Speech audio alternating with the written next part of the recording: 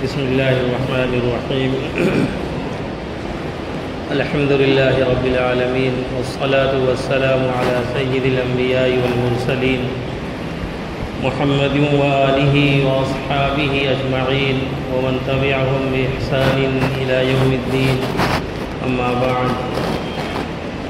فقد قال الله تبارك وتعالى: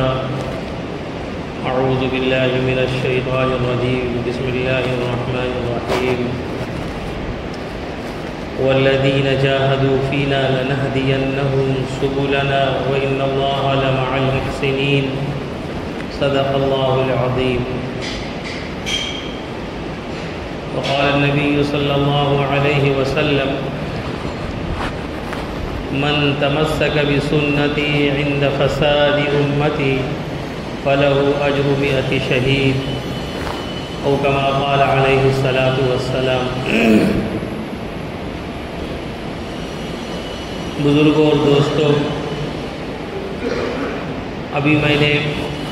قرآن مجید کی ایک آیت تلاوت کی اور مشکات المصابیح کی ایک حدیث مبارکہ آپ کے سامنے پڑھی. قرآن مجید کی جو آیت میں نے پڑھی، اس آیت مبارکہ کے اندر اللہ رب العزت نے دین کی راہ میں چلنے والوں اور دین کی راہ میں مشقت کو برداشت کرنے والوں اور دین پر عمل کرنے پر انہیں جو تکلیفیں، اذیتیں، امتحانات، پریشانیاں لاحق ہوتی ہیں اور انہیں وہ برداشت کرتے ہیں، اللہ سے اجر کی امید میں اور اللہ کی رضا کے خاطر، تو اللہ رب العزت ایسے لوگوں کے بارے میں فرماتے ہیں کہ جو میرے دین کی راہ میں کوشش کرتے ہیں. جاہدو اسی سے جہاد بنا ہے. جہادہ کے معنی محنت اور کوشش اور جد و جہد کرنا، انتہائی درجے کی محنت کرنا، اسی سے مجاہد بنا ہے. اسی سے جہاد فی سبیل اللہ جو ہم کہتے ہیں، یہی لفظ ہے. مجاہدین اسی سے بنا ہے، یہ عربی کا لفظ ہے. تو جاہدو فینا یعنی جو لوگ ہمارے لیے، ہمارے یعنی دین کے خاطر، دین میں ہم سب اپنے طور پر اپنی مشاغل میں اور اپنے منصوبوں کو پائے تکمیل تک پہنچانے کے لیے، اپنی ضرورتوں کو پورا کرنے کے لیے محنت کرتے ہیں، جد و جہد کرتے ہیں، کوششیں کرتے ہیں اور بڑی بڑی محنتیں کرتے ہیں. کتنی کرتے ہیں؟ بسا اوقات انسان اپنے آپ سے غافل ہو جاتا ہے، اپنے بچوں کو بھول جاتا ہے. اس کے سامنے اس کا مقصد ہوتا ہے، اسے کچھ پانے کی اور کچھ کرنے کی جستجو اور لگن ہوتی ہے، اس میں آدمی منہمک ہو جاتا ہے. ہم دیکھتے ہیں، سنتے ہیں کہ آدمی ملک چھوڑ کر دوسرے ملک چلا جاتا ہے، بال بچوں کو، خاندان کو، لوگوں کو، سب کو چھوڑ کے چلا جاتا ہے. بسا اوقات بعض لوگ ہیں کہ 10 سال تک نہیں واپس آتے، ورنہ 2 سال 3 سال تو عام سی بات ہے. ایک ٹارگیٹ ان کے سامنے ہے کہ انہیں یہ پورا کرنا ہے. اپنی ضرورتوں کو، اپنی پریشانیوں کو جو دنیا میں درپیش ہیں یا جو ذمہ داریاں ان کے اوپر ہیں، ان ذمہ داریوں کو ادا کرنے کے لیے، پورا کرنے کے لیے انسان کوشش کرتا ہے. لیکن وہ کوشش بار آور ہو، اللہ ہی جانتا ہے. بعض لوگ کامیاب ہو جاتے ہیں، بعض لوگ کوشش کر کے بھی ناکام رہتے ہیں، بلکہ مزید پریشانیاں ان کی بڑھ جاتی ہیں. 1,00,000 2 لاکھ خرچ کر کے گئے، معلوم پڑا وہ بھی واپس نہیں آیا. ایسی پریشانی میں پڑ گئی کہ جان بچانی مشکل ہو گئی. لیکن دین کے بارے میں اللہ کا یہ وعدہ ہے، جو لوگ دین میں محنت کرتے ہیں، دین کے خاطر قربانیاں دیتے ہیں، دین کے لیے مشقتیں برداشت کرتے ہیں، دین پر کو پھیلانے میں، دین کی نشر و اشاعت میں اور دین پر عمل پیرا ہونے میں، اس میں سب شامل ہے. بسا اوقات بعض ماحول میں دین پر عمل کرنا بڑا مشکل ہوتا ہے، وہ کسی جہاد سے کم نہیں ہوتا ہے. سماج کی سوچ کچھ اور ہے، گھر والوں کی سوچ کچھ اور ہے، حالات کے تقاضے ایسے ہیں کہ وہاں دین کو چھوڑنا ہی سب سے آسان چیز سمجھ میں آتی ہے۔ ایسے موقع پر اگر کوئی دین پر جم جاتا ہے، دین کو اختیار کر لیتا ہے، نبی کے طریقے کو اختیار کر لیتا ہے، اللہ کے حکم پر عمل کر لیتا ہے، یہ بھی جہاد ہے، یہ بھی انتہائی درجے کی کوشش ہے، اور پھر اس پر اللہ کی طرف سے اجر ہے۔ تو اللہ نے جو بات کہی کہ جو لوگ دین کے خاطر کوششیں کرتے ہیں، جد و جہد کرتے ہیں، محنت کرتے ہیں، ان کے لیے اللہ کا یہ وعدہ ہے لَنَهْدِيَنَّهُمْ سُبُلَنَا۔ ہدا کے معنی ہوتا ہے راستہ بتلانا، اسی سے ہدایت ہے۔ ہم کہ اللہ ہم کو صراط مستقیم پر ہدایت دے، یعنی جو راستہ سیدھا جاتا ہے جنت کی طرف وہ راستہ ہمیں دکھلا دے، اسی سے ہادی راستہ بتانے والے کو کہا جاتا ہے۔ اسی طرح پہ رسول پاک صلی اللہ علیہ وسلم کی صفت ہادی عالم بھی ہے، دنیا کی رہنمائی اور ہدایت کرنے والا، دنیا کو راستہ دکھانے والا۔ تو اللہ نے کیا فرمایا؟ لَنَهْدِيَنَّهُمْ، یعنی ایسے لوگوں کو ہم ضرور بالضرور، تاکید ہے، عربی زبان کا جو گرامر سمجھتے ہیں اس کا لطف لیں گے کہ کتنی تاکید کے ساتھ اللہ کہہ رہے ہیں اس بات کو، ورنہ اللہ کے لیے صرف کہہ دینا ہی کافی ہے، لیکن جب کسی بات میں زور پیدا کرنے کے لیے اللہ تعالیٰ ان جو ہے صیغوں کا استعمال کرے، ان تراکیب کا استعمال کرے جس سے بات پہ وزن پیدا کی جاتی، تاکید ہوتی ہے، لَنَهْدِيَنَّهُمْ،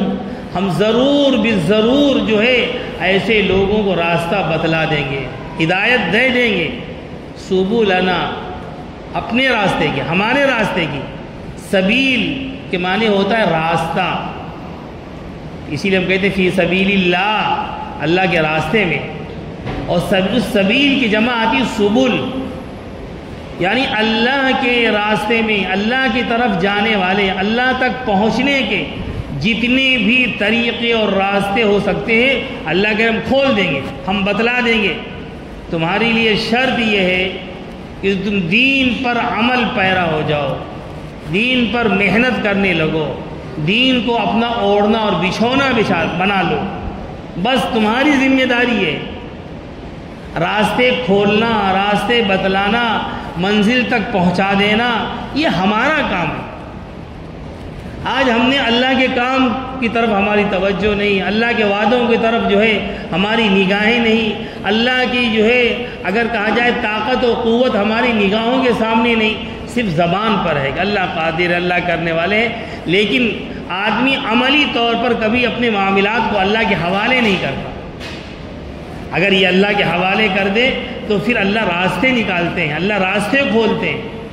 اور اس کی بے شمار مثالیں ہیں، قرآن میں تو جا بجا پھیلے ہوئے ہیں، وہ ہم کو اور آپ کو سکھانے کے لیے اور بتلانے کے لیے، اور عملی طور پر اللہ کے جو بندے اس پر کاربند ہیں، آپ ان سے پوچھیں، ان کے تجربات لیں تو لگے گا کہ ہمارے لیے کوئی راستہ نہیں تھا، ہمیں نہیں سمجھ میں آتا تو ظاہری طور پر ہمیں یہاں کامیابی ملے گی، لیکن اللہ نے کامیاب کر دیا، اللہ نے راستے بتلا دیے، اللہ نے حفاظت فرمائی، اللہ نے یہ کام چلا دیا۔ یہ جو لوگ دنیا میں آج بھی عملی طور پر اللہ کے وعدوں پر یقین کر کے اور اللہ کی طاقت اور قدرت کو سامنے رکھ کر خلوص کے ساتھ، اخلاص کے ساتھ، للہیت کے ساتھ لگے ہوئے ہیں، یہ آج بھی اللہ کا جو ہے معاملہ ان کے ساتھ وہی ہے۔ ایسا نہیں یہ گزری باتیں ہیں، جس طرح کہ ہمارے لوگ بعض کہتے ہیں یہ ہمارا کہاں تو صحابہ تھے اور فلاں تھے اور فلاں تھے، ہم کمزور لوگ ہیں۔ اللہ کی طاقت اور اللہ کی قدرت جیسے پہلے تھی وہ آج بھی ہے، اس میں کوئی کمی نہیں آئی۔ ہماری سوچ بدل گئی، یہ شیطانی سوچ ہے، یہ شیطانی وساوس ہیں، یہ دجالی فتنے ہیں جو ہم کو متاثر کر رہے ہیں اور متاثر ہو رہے ہیں۔ ہمیں اللہ کی قدرت پر، اللہ کی طاقت پر پہلے بھروسہ کرنا چاہیے۔ اس لیے ہمارے لیے اسلام میں داخلے کا جو راستہ ہے، جو دروازہ ہے اور تالا جو بند ہے، اس کی جو کنجی ہمیں دی گئی ہے، جو چابی دی گئی ہے، اگر کہا جائے جو ماسٹر کی ہے جس سے ہر تالے کھل جاتے ہیں، کوئی تالا ایسا نہیں ہے جو اس کی سے نہ کھلے، وہی ہے لا الہ الا اللہ۔ ہم نے اس کی طاقت کو نہیں جانا،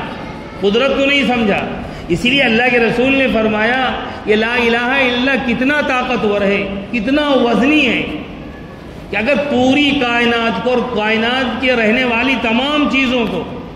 ایک پلڑے میں رکھا جائے اور صرف لا الہ الا اللہ کو ایک پلڑے میں رکھا جائے تب بھی لا الہ الا اللہ پلڑا دبا رہے گا، جھکا رہے گا، اور کائنات ہوا میں اڑتی ہوئی نظر آئے گی۔ ہم کہتے ہیں، بیان کرتے ہیں، لیکن سمجھ میں نہیں آتی۔ لیکن جنہوں نے اس کنجی کو جانا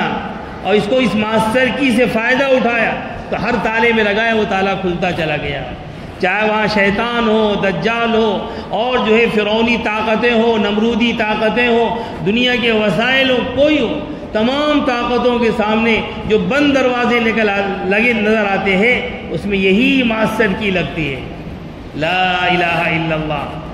کہ اللہ کے علاوہ کسی کی نہ کوئی طاقت ہے، نہ کوئی قدرت ہے، نہ کوئی اس کے پاس صلاحیت ہے، صرف اللہ کے پاس ہے۔ باقی پوری کائنات کی جو طاقتیں نظر آ رہی ہیں ان کی اللہ کے یہاں تو ان کی حیثیت مچھر کے پر کے برابر بھی نہیں۔ اس لیے جب اللہ اپنے لشکروں کو استعمال کرتا ہے، وَلِلَّهِ جُنُودُ السَّمَاوَاتِ وَالْأَرْضِ، قرآن میں جس کے کہا کہ اللہ کے لشکر تو زمین و آسمان میں پھیلے ہوئے ہیں۔ کبھی اللہ نے ہوا کو حکم دیا تو دیکھو اکھاڑتی پکھاڑتی چلی گئی۔ ابھی 15-20 دن، ایک مہینہ ہوا ہوگا، امریکہ میں ایک طوفان آیا، مکانات اڑ رہے ہیں، گاڑیاں اڑ رہی ہیں، انسان اڑ رہا ہے۔ جس انسان کو ناز ہے، جو انسان ہزاروں ٹن وزنی جہاز کو آسمان میں اڑاتا ہے اور ہزاروں ٹن وزنی جہاز کو پانی کے اندر اور سمندر کے اندر چلاتا ہے، وہ انسان ہوا میں اڑ رہا ہے۔ کہ اللہ کے لشکر ہیں، بس اللہ انہیں تھوڑا سا اشارہ کر دے تو جب دیکھو یا پانی جو ہمارے لیے راحت کا سامان ہے، اللہ ذرا سے اشارہ کر دے تو آسمان آبادیوں کو نگل جاتا ہے، شہروں کو ہضم کر جاتا ہے۔ ابھی ایک معمولی سا دریا کا جو ہے بہاؤ ہمارے ہندوستان کے بعض علاقوں میں، خاص طور سے نیپال سے سٹے بہار کے جو علاقے ہیں، آیا بستیاں کی بستیاں، بعد بستیوں کا وجود ختم ہو گیا ندی کے پانی سے۔ معلوم پڑا 50 سال 60 70 سال پرانی بستیاں تھیں، آج ان کا نشان ڈھونڈنے سے نہیں مل رہا ہے۔ یہ کیا ہے؟ یہ اللہ کی نشانیاں ہیں، اللہ کے لشکر ہیں۔ اللہ غافل نہیں ہے بندوں سے، لیکن بندہ اللہ کو بھول گیا ہے۔ تو اس لیے جب بندہ اللہ کے لیے کوئی کام کرتا ہے، اللہ کی دین پر عمل پیرا ہونے کا جذبہ اس کے اندر پیدا ہوتا ہے اور اس پہ وہ جم جاتا ہے اور دنیا کی طاقتوں سے بے پرواہ ہو کر اللہ کی طرف اس کی توجہ ہوتی ہے، وہ کہتا ہے حسبی اللہ، حسبی اللہ، میرے لیے اللہ کافی ہے، حسبی اللہ، میرے لیے اللہ کافی ہے۔ بس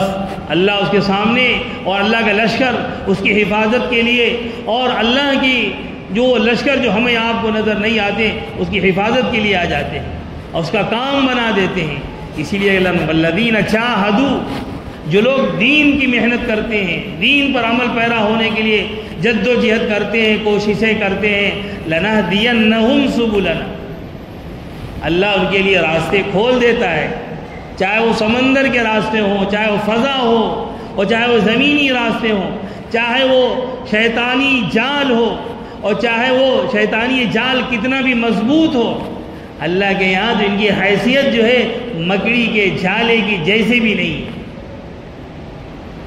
اس لیے کہا کہ اللہ کے یعنی سب سے کمزور اگر کوئی جال، کوئی مکان، کوئی گھر ہوتا ہے تو مکڑی کا ہوتا ہے، ایک جال، کہ ایک آپ لکڑی ایک تنکا لگائیں وہ جال پھٹ جاتا ہے۔ تو اللہ کے یہاں ان کی حیثیت یہی ہے، ان اوہن البیوت لبیت العنکبوت، قرآن میں کہا گیا کہ سب سے کمزور گھر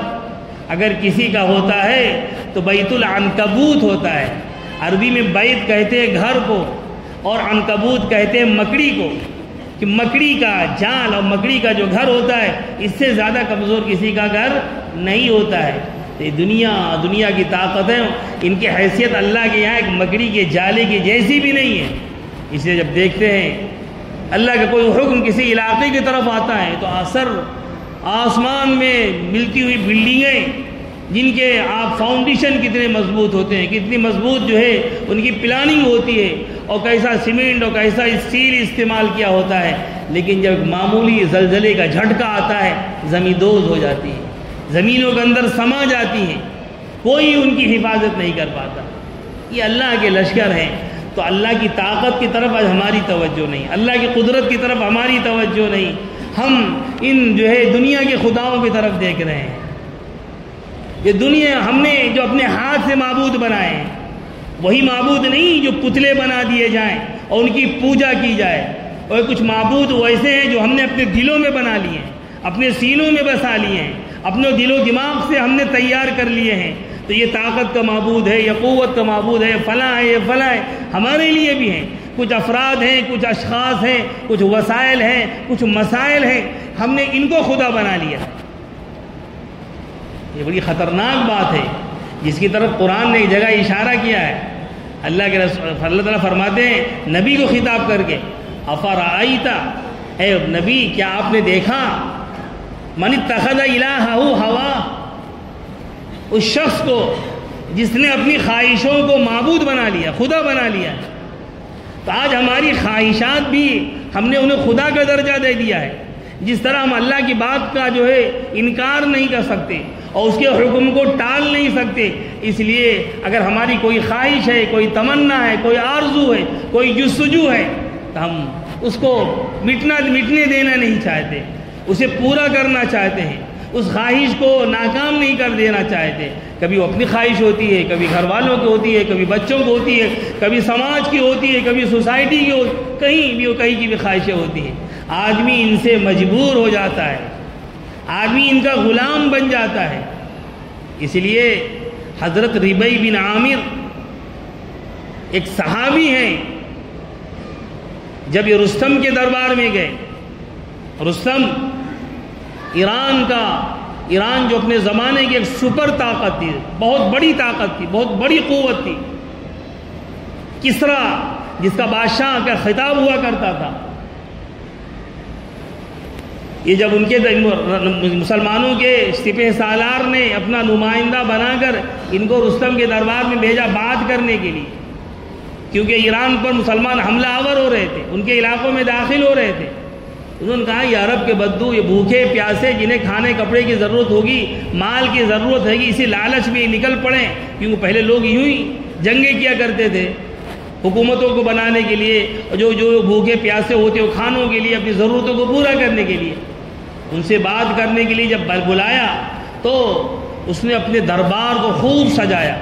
اپنی طاقت کا خوب مظاہرہ کیا، جس طرح آج ہمارے یہاں طاقت کا مظاہرہ کیا جاتا ہے، کبھی بھیڑ کو جمع کر کے، گاڑیاں جمع کر کے، جو جس لائق ہوتے ہیں۔ اب الیکشن کا ٹائم ہوا، ہر ایک اپنی طاقت کا مظاہرہ کرے گا۔ رستم نے اپنی ایرانی کلچر کو، اپنی طاقت کو، پرانی حکومتیں ہیں، وہ تاریخی حکومتیں ہیں، ان کو نمایاں کرنے کے لیے اپنے ہتھیار، اپنی فوجیں، اپنے ساز و سامان سب اس نے بچھا دیے، دور تک اس نے قالین بچھا دیا۔ اور حضرت ربیع بن عامر ایک پست طاقت 3.5-4 فٹ کے آدمی رہے ہوں گے، 5 فٹ کے رہے ہوں گے، اور کہاں ایرانی گھوڑے، اور ان کے سامنے ان کا ایک خچر، اس پر بھی خچر بھی اتنا چھوٹا کہ اس کے اوپر وہ بیٹھتے تو ان کے پاؤں زمین پہ لگتے، اور ایک ان کی تلوار جو ان سے لمبی دکھ رہی تھی، زمین ٹچ کر رہی تھی، ایک نیزہ ان کے ہاتھ میں۔ جب دربار میں پہنچے تو انہیں داخلے کی اجازت نہیں دی گئی، وہاں کا جو پروٹوکول تھا کہ آپ ایسے دربار میں بادشاہ کی نہیں جا سکتے، سپہ سالار کے دربار میں یوں نہیں جا سکتے، پہلے آپ کو اپنے گھوڑے کو گدھے کو ہٹائیے، اپنا ہتھیار ہٹائیے، پھر جائیے بادشاہ سے ملنے کے لیے۔ انہوں نے کہا دیکھو مجھ کو بلایا گیا تب میں آیا ہوں، اپنی مرضی سے نہیں آیا، اگر ہمیں یوں ہی جانے دینا چاہتے ہیں تب تو ٹھیک ہے، ورنہ میں واپس جاتا ہوں۔ رستم نے کہا بھائی جیسے آتے ان کو ویسے ہی آنے۔ روایتوں میں آتا ہے حضرت ربیع بن عامر اپنے خچر سے اترے اور جو بڑے بڑے گاؤں تکیے رکھے گئے تھے اس کسی گاؤں تکیے سے اپنے خچر کو باندھ دیا، اور ان کا جو نیزہ تھا اس نیزے پہ ٹیک لگاتے ہوئے، اور وہ نیزہ جہاں پہ چل رہے تھے قالین، ایرانی قالین بچھا ہوا تھا،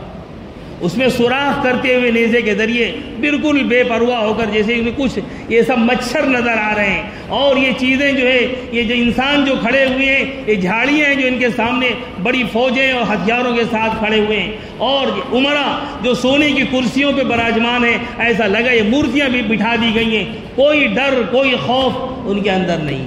یہ کیا تھا؟ یہ کلمے کی طاقت تھی۔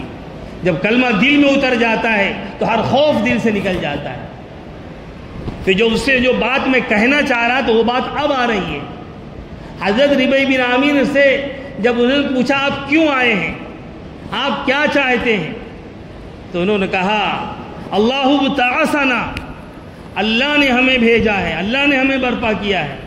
لنخرج من شاء من عبادت العباد الى عبادت اللہ وحدہ، تاکہ ہم اللہ جسے چاہتے ہیں بندوں کی غلامی سے نکال کر اللہ کی غلامی میں لے جائیں، دنیا کے اندھیروں سے نکال کر دین کی روشنی میں لے جائیں، اور دنیا کے جو دین ہے ان کے ظلم و ستم سے نکال کر دین کی اسلام کی جو ہے عدل کی طرف ان کو لے کر جائیں، انسان کو انسانوں کی غلامی سے نکال کر اللہ کی غلامی کی طرف لے جائیں۔ ان کا بہت ہی مارکۃ الآیا ہے خطبہ ہے۔ جو بات انہوں نے رستم کے دربار میں کہی، ایک بات جو انہوں نے کہی کہ بندوں کو بندوں کی غلامی سے نکال کر، جس طرح انسان کا غلام ہوتا ہے، اسی طرح انسان اپنی خواہشات کا غلام ہوتا ہے، خواہشات کے پیچھے پڑ جاتا ہے۔ اسی لیے اللہ نے فرمایا کیا آپ نے ایسے شخص کو نہیں دیکھا جو اپنے خواہشات کو، جس نے معبود کا درجہ دے رکھا ہے، جس نے اسے خدا بنا رکھا ہے۔ تو میرے بھائی، ہمیں بھی اپنی ذمہ داریوں کا احساس کرنا اور یہ سمجھنا کہ اللہ تعالیٰ نے جب ہمیں ایمان دیا ہے تو ایمان کے ساتھ ذمہ داری بھی دی ہے، اور اس ذمہ داری کو ادا کرنا یہ ہماری ذمہ داری ہے، اور دنیا اور آخرت کی کامیابی اسی ذمہ داری کے ادا کرنے میں ہے۔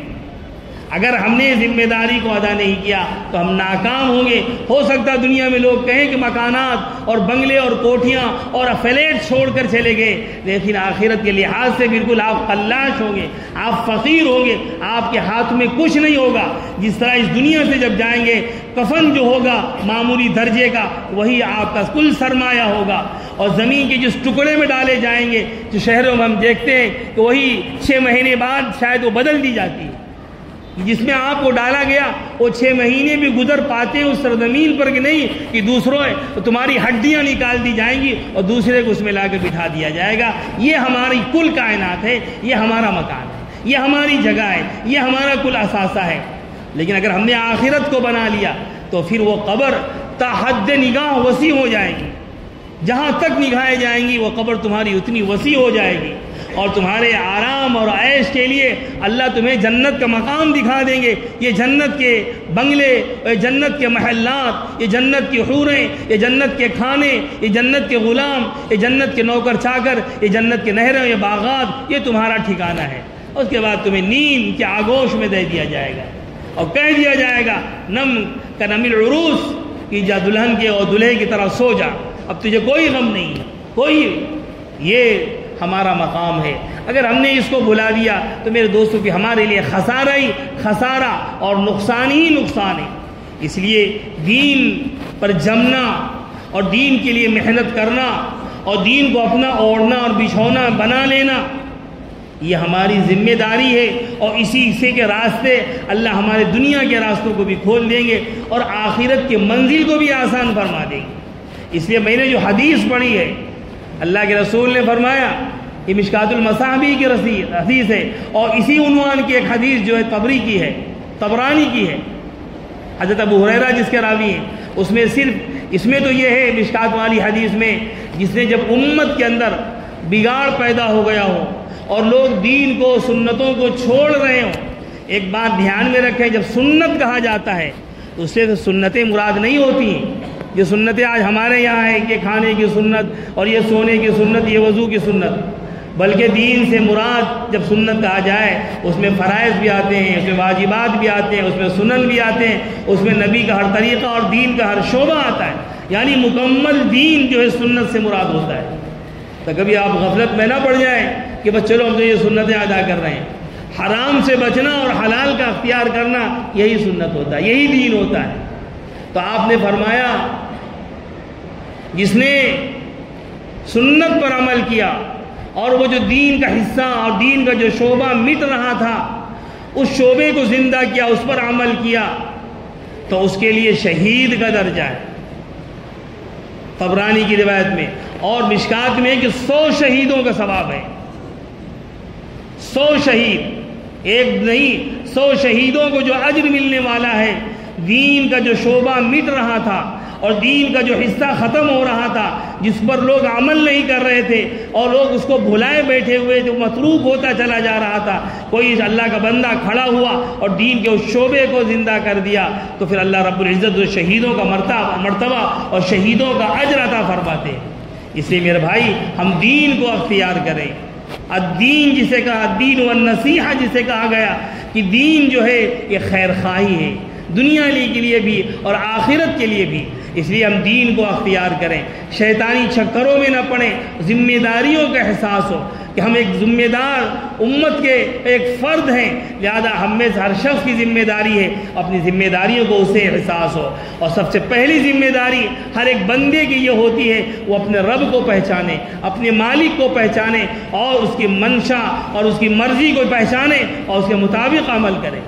اور ان کا ظہور جو ہوتا ہے یہ اسلام کے جو اعمال کہے جاتے ہیں, اسلامی اعمال جو کہا جاتا ہے, یعنی شہادت کے بعد اللہ کی وحدانیت کا اقرار کرنے کے بعد اور اس کی ربوبیت کا اقرار کرنے کے بعد, نبی کی رسالت کا اقرار کرنے کے بعد سب سے پہلا فریضہ اس کی زندگی میں جو آتا ہے وہ نماز کا آتا ہے کہ ہم نماز کو کسی حال میں چھوڑنے والے نہ بنیں. غور کریں, دیکھیں, ہماری نگاہیں بہت دور تک جاتی ہیں لیکن اپنی نماز سے غافل ہوتے ہیں, اپنے گھر کے افراد سے ہم غافل ہوتے ہیں, اپنی بیوی بچوں سے ہم غافل ہوتے ہیں, ان کی طرف ہماری توجہ نہیں جاتی. لہذا نماز کا اکرام ہو, نماز کا اہتمام ہو, نماز کی پابندی ہو اور اس کو اپنی زندگی کا ہم وظیفہ بنائیں, کسی حال میں بھی ہماری نماز نہ چھوٹنے پائے. یہ نماز آپ کہیں گولی صاحب کے پاس کچھ نہیں ملا, جب آتے نماز نماز نماز اور کوئی بات کریں اور کوئی ایسی بات کرے جو امت کی ضرورت ہے, اس کے بغیر کوئی چارے کار نہیں. دماغ میں بات کو بٹھا لیں, نماز کے بغیر آپ کا کوئی عمل اللہ کے یہاں مقبول نہیں ہوگا. سب لپیٹ کر گندے کپڑے میں لپیٹ کے منہ پہ مار دیا جائے گی, جا لے کے جا, تیری نماز کہاں ہے. اس لیے رسول پاک صلی اللہ علیہ وسلم نے فرمایا ہے ایمان اور کفر کے درمیان کوئی چیز اگر فرق کرنے والی ہے تو نماز ہے. یہ نہیں کہا تمہاری داڑھی اور ٹوپی اور تمہارا نام اور تمہارا معیشت اور جو ہے تمہاری معاشرت یہ فرق کرنے والی نہیں. نماز, مومن نماز پڑھتا ہے, کافر نماز نہیں پڑھتا ہے, یہ فرق ہے. اس لیے نماز کو ہم ہلکے میں نہ لیں, نماز کو ہم غفلت میں نہ لیں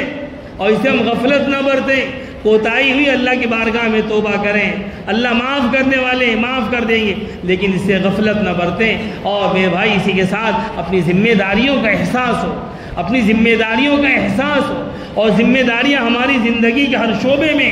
ہماری اپنی ذات, ہماری اپنے بچے, ہمارا گھر, ہمارا سماج, ہماری سوسائٹی, یہ سب ہماری ذمہ داری کے میدان ہیں. ہم جہاں پر جس لائق ہیں اس ذمہ داریوں کو ادا کریں اور اس میں کسی طرح کی کوتاہی نہ برتیں. اسی طرح جس ملک میں ہم رہتے ہیں, جس ملک کا قانون اور جس ملک کا جو ضابطہ ہے اور جو دستور نے ہمیں حقوق دیے ہیں, ان حقوق کو بھی ہم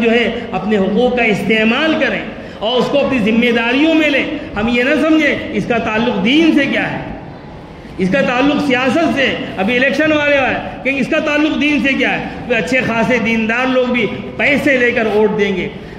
غریب بدنام ہوتا ہے اس نے 500 روپئے لیے, لیکن جو لاکھوں لیتے ہیں ان کا کوئی نام نہیں لیتا. جو اپنے فائدے اٹھاتے ہیں, اپنے فائدے کے خاطر, اپنے کام کے خاطر اپنی اگر کہا جائے کہ لوگوں کے لیے کام کرتے ہیں, سماج سے اور جو نقصان پہنچنے والا ہے ملت کا, اس سے بے پرواہ ہو کر اپنے فائدے کے لیے کام کرتے ہیں. میرے دوستو یہ بہت خطرناک رجحان ہے اور یہ دین کے یہ اصول جو ہیں اس کے خلاف ہیں اور جو ذمہ داریاں ہم پر عائد ہوتی ہیں اس کے خلاف ہیں. لہذا پہلے مرحلے میں تو ہم اطمینان کر لیں کہ ہم میں سے ہر شخص کا ووٹر لسٹ میں نام ہوئے. ہم نے ووٹ دیا ہے, تو پھر اس کا جائزہ لے لیں، دوبارہ چیک کر لیں۔ آج کل آسان بہت ہو گیا ہے، ہر موبائل کے پاس، جس کے پاس اینڈرائڈ موبائل ہے، آپ اپنی ووٹر لسٹ کا نام بتائیں، کارڈ دکھائیں، کوئی بھی بتا دے گا، چاہے اس کا اسکین کر لیں یا موبائل نمبر بتا دیں، آپ کا ووٹر لسٹ میں نام بتائے گا، سینٹر معلوم پڑ جائے گا کہاں پر آپ کو ووٹ دینا ہے، کون سے بوتھ پہ جانا ہے، سب کچھ معلوم پڑ جائے گا، گھر بیٹھے کہیں جانے کی ضرورت نہیں ہے۔ اور اگر کچھ پریشانی ہے تو پھر جو کام کرنے والے لوگ ہیں ان سے مل کر اس پریشانی کو دور کریں، پہلا مرحلہ یہ ہے۔ اس کے بعد جب الیکشن کا دن آئے تو میرے دوستوں، ذمہ داری کے ساتھ جو شخص سماج کے لیے، قوم ملت کے لیے، ملک کے لیے